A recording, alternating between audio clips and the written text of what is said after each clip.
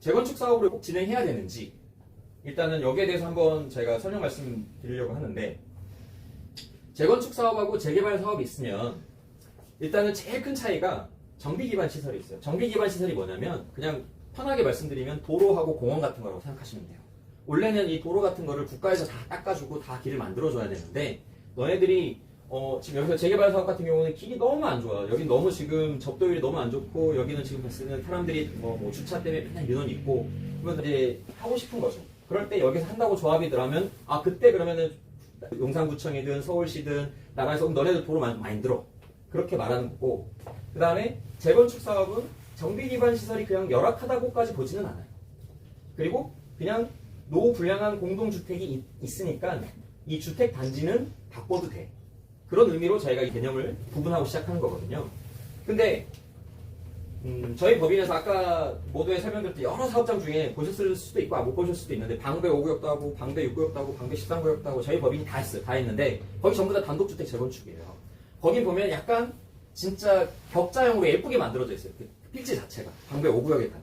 제가 방배 5구역에 현장 조사 다니면서 땀 엄청 많이 흘렸었는데, 근데 여기는 개인적으로는 조금 그 정도의 격자형은 아니라고 저는 생각하고 있기는 해요. 하는데 왜 이런 말씀을 드리냐면, 그럼에도 불구하고 재건축 사업으로 봐줬다라는 건 특혜라고 저는 생각하긴 해요.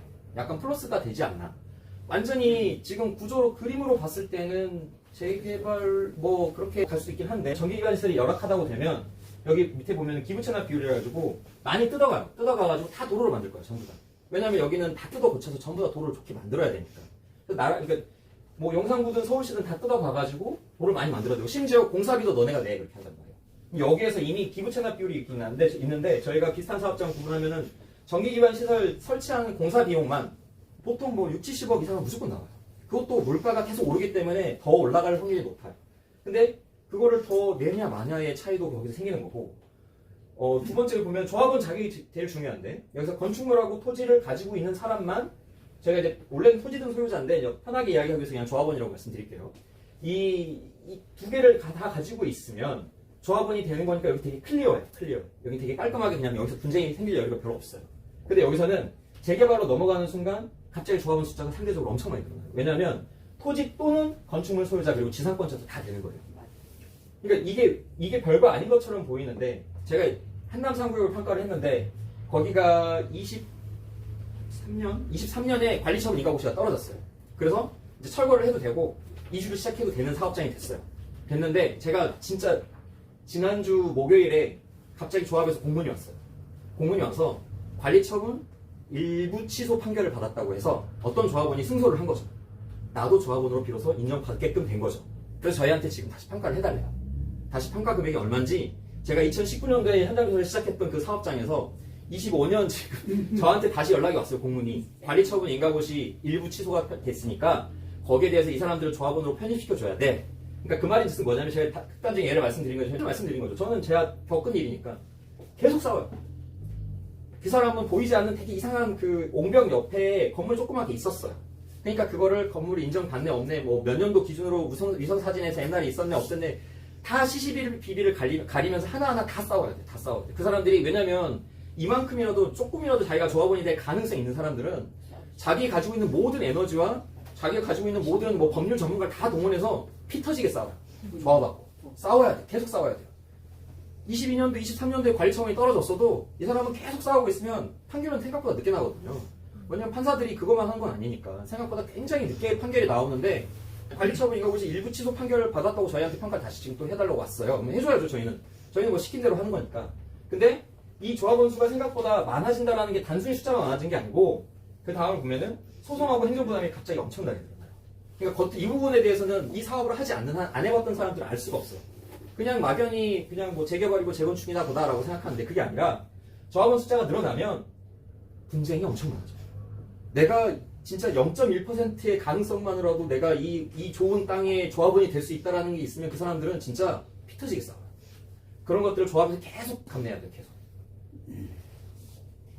그리고 뭐 재건축 초과 입부담은 아까 말씀드렸듯이 여기서는 적용 대상이고 재개발은 그거 없겠죠. 그리고 세입자 보상. 세입자 보상도 재개발 사업은 명시적으로 돼 있어요. 주거 이전비, 영업 보상비 지급해라. 여기서는 명시적인 의무는 없어요. 물론 이제 실무적으로 있을 수는 있어요. 실무적으로 원활한 사업 진행을 위해서 빨리 사업이 진행되면 될수록 조합이 유리한 부분이 있으면 뭐 그런 부분이 될 수는 있지만 이 주거 이전비는 지금 여기 보면은 저희가 뭐 조합원이 1000명 정도라고 생각했는데 뭐 다가구 주택의 세입자가 몇 명이나 있을까요? 어떤 데는 뭐 10명이 있을 수도 있고 단독주택도 저희가 가보면 세입자가 단독주택인데 주인집 있고 2층이랑 뭐 해서 3, 4명 있을 수 있어요. 그 사람들 다 보존해야 돼요. 주거 이전비 다 줘야 돼요. 다 주고 영업보상비도 이 사람들이 안 나간다. 그러면 법상으로 법에서 정해진 절차에 따라서 맞춰서 계속 하나하나 다 이 사람들과 협상을 해가야 돼요.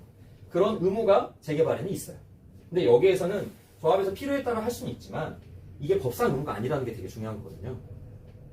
그리고 국민주택 규모 뭐 8호제곱미터 이하를 뭐 얼마나 더 이렇게 해야 되는지에 대해서도 법에서 강제하고 있어요. 이건 이제 그냥 도정법상 관련된 그 상위 법령의 내용이긴 한데 실무적으로 들어갔을 때는 뭐 서울시 조례라든가 아니면은 관련 규정에 따라서 뭐 지침에 따라 조금 달라질 수는 있지만 이 재건축 사업 같은 경우는 60%만 넘기면 돼요. 근데 여기는 의무적으로 80%를 작은 타입을 만들어야 돼요. 나머지 20%만 큰 타입을 만들 수가 있어요. 그러니까 조합원님들 입장에서는 저도 개인적으로 제가 만약에 이 조합원이라고 하면 저는 이쪽으로 가야 된다고 생각하는 게 내가 분상제라는 거는 정부에서 인증마크를 준 거잖아요. 여기는 굉장히 많이 오를 지역이다. 역설적으로. 그러니까 너네는 수익 많이 못 받게 누른 거잖아요. 너네들은 너무 많이 오를 거니까 너네들은 누르라는 건 무슨 말이냐면 어쨌든 최대한 많은 평형, 큰 평형을 가져가고 싶은 사람이 있을 거예요. 돈이 좀 있으신 분들은. 그게 더 많이 오를 거니까. 근데 이거를 더 싸게 가져갈 수 있는 거잖아요. 되게 낮게 설정해야 되잖아요. 금액을.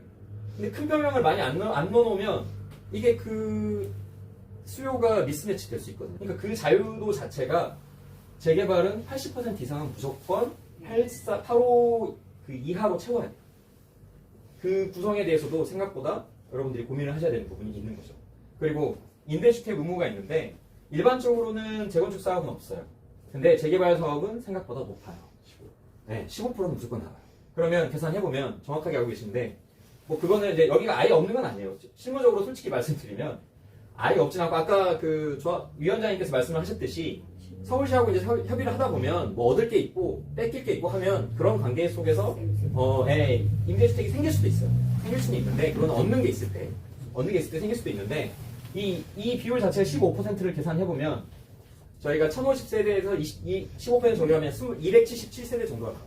277세대면은 저희가 내부적으로 검토를 했을 때 만약에 84를 가지고 계속 말씀을 드렸으니까 84 기준이면 재개발이라 하더라도 대지권은 쳐주긴 해요. 근데 정전자산가액의 평균 대지권 단가로 해서 대지권을 쳐주고 건물은 아시다시피 되게 싸게 가져가죠.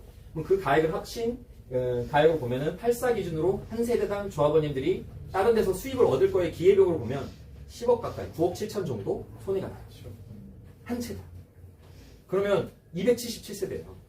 계산을 알아서 해보시고 그러니까 지금 근데 여기서 제가 이제 좀 크게 너무 크다고 생각할 수도 있는데 그것보다 보통 84를 많이 가져가지는 않죠. 뭐 4구를 가져갈 수도 있고 5구를 가져가는 게 많으니까 그 금액에 또 일정 비율이 낮아질 수는 있겠죠. 어쨌든 간에 제가 계산하면 아무리 보수적으로 봐도 1000억은 넘는 것 같아요. 손해보는 게. 조합원님들이 앉아서 손해보는 게.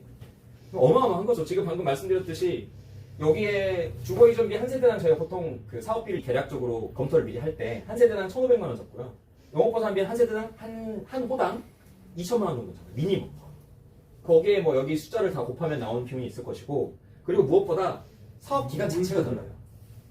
사업 기간이 재건축이 예를 들어서 뭐 지금 이제 신통으로 갈 거니까 훨씬 짧을 건데 예를 들어서 얘가 10년이었다. 여긴 15년이었다.